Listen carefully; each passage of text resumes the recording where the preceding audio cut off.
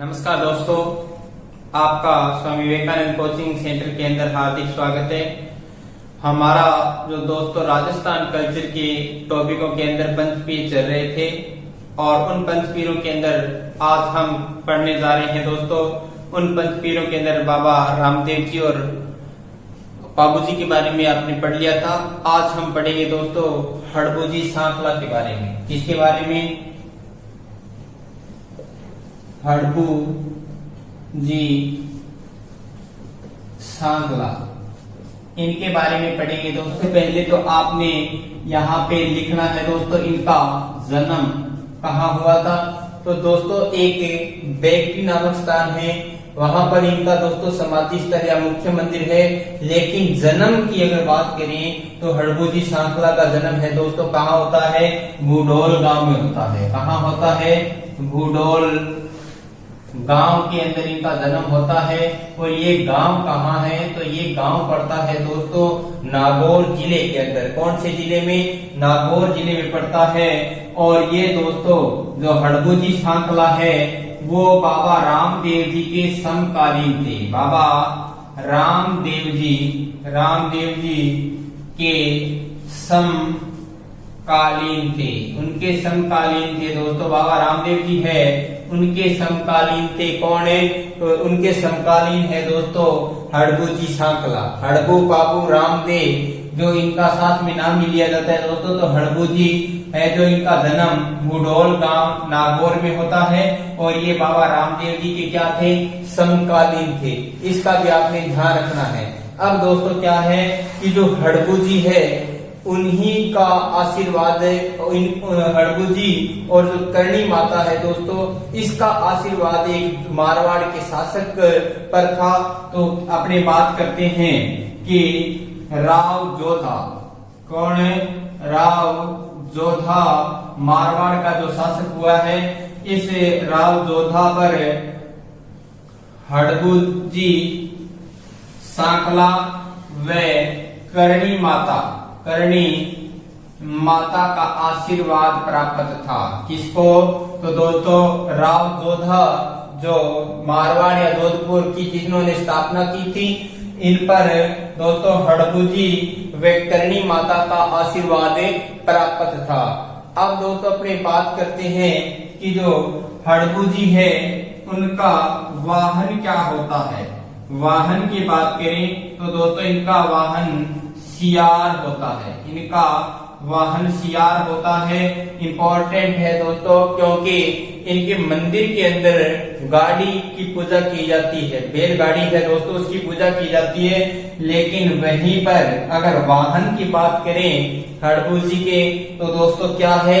सियार है जो दोस्तों इनका वाहन है।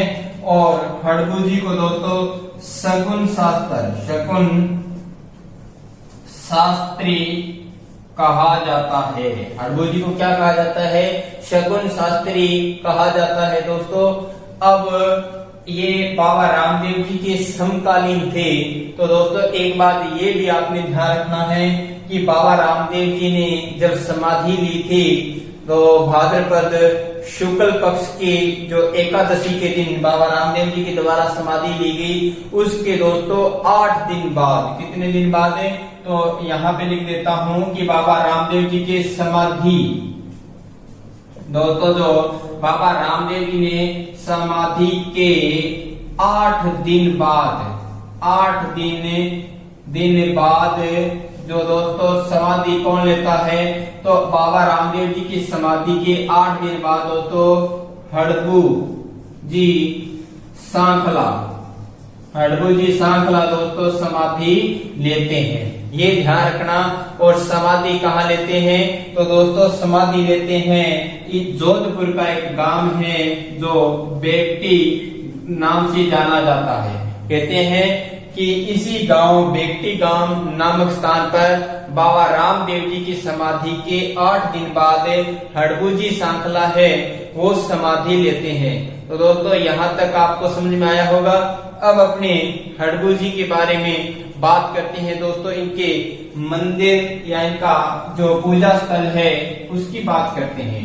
तो दोस्तों हड़बूजी सांखला है जो पंच पीरों में माने जाते हैं, जाने जाते हैं, क्योंकि पंच पीरों के अंदर दोस्तों जो गाय की, नारी की और अपने जो देश की मिट्टी की रक्षा करते हुए शहीद हुआ है, उसी लोक देवता को इन पंच पीरों की श्रेणी में रखा गया है। और इन्हीं पंच पीरों को दोस्तों जो मुसलमान और हिंदू मतलब सांप्रदायिक सद्भावना की दृष्टि से इन पांचों को जाना जाता है। अब दोस्तों अपने बात करते हैं हड़बू का मुख्य मंदिर की बात करें तो दोस्तों आपने मानना है कि ये जो हड़बू राठौड़ है उनका मंदिर है।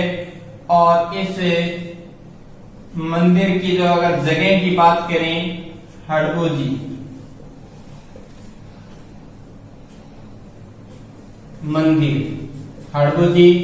का मंदिर है दोस्तों।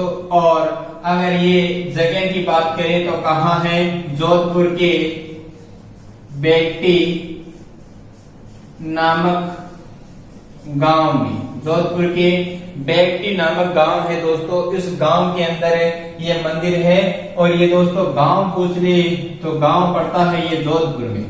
जन्म तो इनका होता है नागौर में, लेकिन दोस्तों इनकी जो समाधि है वो कहाँ है, बेट्टी गांव जोधपुर के अंदर है। ये आपने ध्यान रखना है। अब दोस्तों इस मंदिर के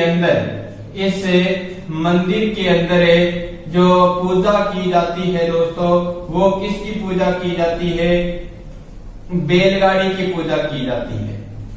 यहाँ पर इस मंदिर के अंदर दोस्तों जो पूजा की जाती है वो हड़बू की बैलगाड़ी की पूजा की जाती है। तो मुख्य मंदिर है हड़बू का, और उस मंदिर में किसकी पूजा की जाती है दोस्तों, बैलगाड़ी की पूजा की जाती है। इसका आपने ध्यान रखना। और ये दोस्तों हड़बू जो सांखला है वो इस बैलगाड़ी से जो पंगु गाय हैं, कौन सी गाय, पंगु बीमार और जो लंगड़ी गाय हैं उनके लिए घास लेके आते थे। क्या लेके आते थे, घास लेके आते थे, उनकी सेवा करते थे। तब इनकी गाड़ी की दोस्तों पूजा की जाती है। मुख्य मंदिर है, इस मुख्य मंदिर के अगर आपको पुजारी की बात करें किस जाति का होगा तो इसका पुजारी दोस्तों सांखला, कौन सी जाति का, सांखला जाति का पुजारी होगा। ये दोस्तों आपके दिमाग में होना चाहिए। अब दोस्तों बात करते हैं इसके पूरे के बारे में कि हड़बू जो सांखला है उनका जन्म कौन सी जगह होता है, तो भूंडाल गांव नागौर में होता है। ये बाबा रामदेव जी के समकालीन थे। और इनके दोस्तों गुरु भी कौन थे, तो इनके गुरु भी दोस्तों बालीनाथ थे। गुरु है वो भी कौन थे, बालीनाथ थे। और बाबा रामदेव जी के गुरु भी कौन थे, बालीनाथ थे। और दोस्तों मारवाड़ के शासक राव जोधा के ये समकालीन थे। और हड़बू व माता करणी जी का राव जोधा को आशीर्वाद प्राप्त था। और हड़बू को दोस्तों सगुन शास्त्र का ज्ञाता भी कहा जाता है। हड़बू सांखला ने दोस्तों रामदेव जी के समाधि लेने के 8 दिन बाद समाधि ली थी जोधपुर के बेट्टी गांव के अंदर। और यहीं पर इनका मुख्य पूजा स्थल है। उस मुख्य पूजा स्थल के अंदर दोस्तों इनकी बैलगाड़ी की पूजा की जाती है।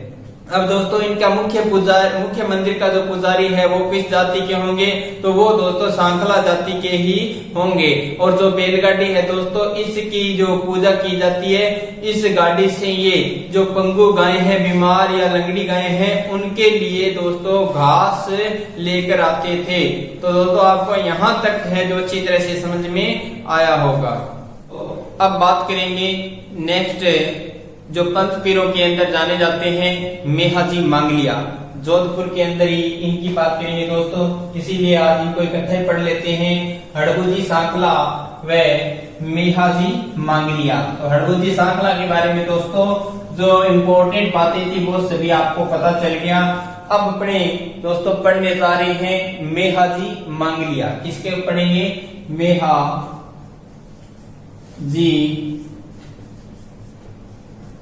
मांगलिया।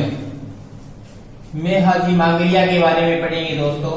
ये पंच पीरों के अंदर शामिल है और सभी मांगलिया जाति के इष्ट देव है। जो मांगलिया जाति है दोस्तों, सभी मांगलिया जाति, मांगलिया जाति के इष्ट देव है। जाति के क्या है दोस्तों? इष्ट देव है। ये आपने ध्यान रखना है। ये जो मेहाजी मांगलिया है वो हमेशा गायों की रक्षा व धर्म के मार्ग पर चले थे। किस पर? गायों की रक्षा और धर्म के मार्ग पर चलने वाले ये पीर हुए हैं पंचपीरों में। अब दोस्तों बात करते हैं कि जिस प्रकार हड़बूजी के समकालीन राव जोधा की बात की है, तो उसी प्रकार मेहाजी जो मांगलिया है दोस्तों, इस मेहाजी मांगलिया के समकालीन या यूं कहें कि जोधपुर का शासक, जोधपुर का शासक दोस्तों राव चूड़ा को कहा जाता है। किसके समकालीन है ये? तो दोस्तों राव चूड़ा के दोस्तों अगर बात करें तलवार बांधने की, तलवार बांधने की, तो ये जो तलवार बांधने का काम है राव चूड़ा को दोस्तों किसने किया था? तो ये ध्यान रखना, मेहाजी मांगलिया ने, मेहाजी मांगलिया के द्वारा ये काम किया गया था। दोस्तों यहाँ तक आपको अच्छी तरह से समझ में आया होगा। अपने कह सकते हैं कि हड़बूजी और करणी माता का आशीर्वाद तो किस पर था? राव जोधा पर था। तो मेहाजी मांगलिया का आशीर्वाद, आशीर्वाद है वो दोस्तों किस पर था? वो राव चूड़ा पर था। ये दोस्तों आपको यहाँ तक बात समझ में आई होगी। और दोस्तों इसी के आशीर्वाद से राव चूड़ा के द्वारा मंडोर को अपने अधिकार में लिया गया था। आपको पता ही है कि इंदा प्रतिहार नामक शासक हुआ था प्रतिहारों में। उस इंदा प्रतिहार ने क्या किया था कि मंडोर को अपनी पुत्री की शादी के अंदर राव चूड़ा के को या राठौड़ चूड़ा को दहेज में दे दिया था। तो दोस्तों आपको ये बातें सब ध्यान में रखना है। अब अपने उस जैसलमेर के शासक की जिन्होंने गायें चुराई थी और उसके बाद में मेहाजी मांगलिया के साथ में उनका युद्ध होता है। जिस प्रकार पाबू जी का गायों के लिए युद्ध हुआ, गोगा जी का गायों के लिए युद्ध हुआ। गायों के लिए वो भी कहाँ के शासक? जैसलमेर के शासक। कहाँ के शासक है? जैसलमेर शासक। कहाँ के? और राणंग देव भाटी नाम आता है। क्या नाम आता है? राणंग देव भाटी। और इसके साथ में दोस्तों गायों को लेकर क्या होता है? इनका युद्ध होता है। और इस युद्ध के अंदर मेहाजी मांगलिया दोस्तों क्या हो जाते हैं? वीर गति को प्राप्त हो जाते हैं। इसकी बात करते हैं। जहां पर कब मेला लगता है? तो भाद्रपद कृष्ण अष्टमी को दोस्तों मेला लगता है। ये इनका दोस्तों मंदिर है। और इस मंदिर के दोस्तों बात करते हैं इस मंदिर की। किसका मंदिर है? तो मेहाजी मांगलिया का। किसका मंदिर है दोस्तों? मेहाजी मांगलिया का। मेहाजी मांगलिया का मंदिर है। और इस मेहाजी मांगलिया का दोस्तों यहाँ पर जो तस्वीर लगी हुई है इस मंदिर के अंदर, उसमें दोस्तों ये घोड़े पर सवार है। जो मेहाजी मांगलिया है वो किस पे सवार है? घोड़े पर सवार है। एक तो ये आपने ध्यान, इनके घोड़े का नाम दोस्तों किरण काबरा, किरण काबरा के नाम से जाना जाता है। इनके घोड़े को किरण काबरा के नाम से जाना जाता है दोस्तों। तो मुख्य पूजा स्थल, मुख्य मंदिर है वो जो जोधपुर के अंदर दोस्तों गांव का नाम है बापणी गांव। कौन सा गांव है? जोधपुर के अंदर बापणी गांव में दोस्तों ये मुख्य मंदिर है इनका। और इनके भी दोस्तों अगर अपने बात करें यहाँ पर मेले की कि मेला कब लगता है, तो भाद्रपद कृष्ण अष्टमी को, भाद्रपद कृष्ण अष्टमी के दिन दोस्तों जैसे अपने कृष्ण जन्माष्टमी मनाते हैं, उसी दिन मेहाजी मांगलिया का बापणी गांव जोधपुर के अंदर मेला भरता है। कहां पर है? जोधपुर के अंदर दोस्तों मेला भरता है। ये आपने ध्यान में रखना है। अब यहाँ पे शब्द आया है दोस्तों बापणी, तो एक ध्यान रखना, मेहा जो जी मांगलिया के जो भी पुजारी होते हैं उनको कभी संतान उत्पन्न नहीं होती, या उनका वंश बढ़ाने के लिए दोस्तों बच्चे को गोद लिया जाता है। क्या लिया जाता है? गोद लिया जाता है, अर्थात वो खुद के उनकी कोई संतान नहीं होती। तो दोस्तों ध्यान रखना, बापणी से मतलब है वो कभी भी इसके पुजारी हैं, वो दोस्तों बाप नहीं बनते हैं। इस चीज का आपने ध्यान रखना है। तो मुख्य मुख्य बातें दोस्तों इनकी रिपीट कर देता हूं कि मेहाजी मांगलिया है, ये सभी मांगलिया जाति के इष्ट देव हैं। इन्होंने जीवन भर दोस्तों गायों की रक्षा की थी और अपने धर्म के मार्ग पर चलते हुए इन्होंने सामान्य अर्थात अपना नॉर्मल जीवन जिया था। और दोस्तों मारवाड़ का शासक राव जो चूड़ा है वो इनके समकालीन थे, और राव चूड़ा को दोस्तों मेहाजी मांगलिया के द्वारा तलवार बांधी गई थी या तलवार भेंट की गई थी, और राव चूड़ा को इनके आशीर्वाद के कारण ही मंडोर दुर्ग प्राप्त हुआ था। लेकिन गायों की वजह से जैसलमेर के एक शासक जिनका नाम आता है दोस्तों राणंग देव भाटी, उसके साथ में युद्ध हुआ, और इस युद्ध के अंदर दोस्तों क्या हुआ कि इनको वीर गति प्राप्त हो गई, और उसकी कारण या उस वीर गति के कारण दोस्तों इनका जो मुख्य समाधि स्थल बना हुआ है वो बापणी गांव जोधपुर में बना हुआ है। और उसी बापणी गांव जोधपुर के अंदर इनकी जो प्रतिमा लगी हुई है वो घोड़े पर सवार है, और इनके घोड़े का नाम है दोस्तों वो किरण काबरा है। अब देखिएगा कि इन पर यहाँ पर जो मेला लगता है वो भाद्रपद कृष्ण अष्टमी के दिन लगता है।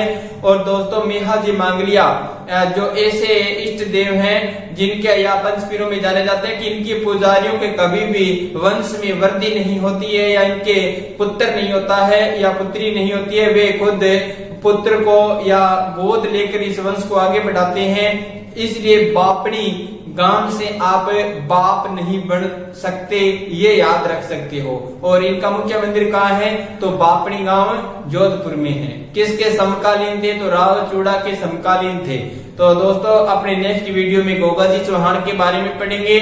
तब तक के लिए धन्यवाद दोस्तों। वीडियो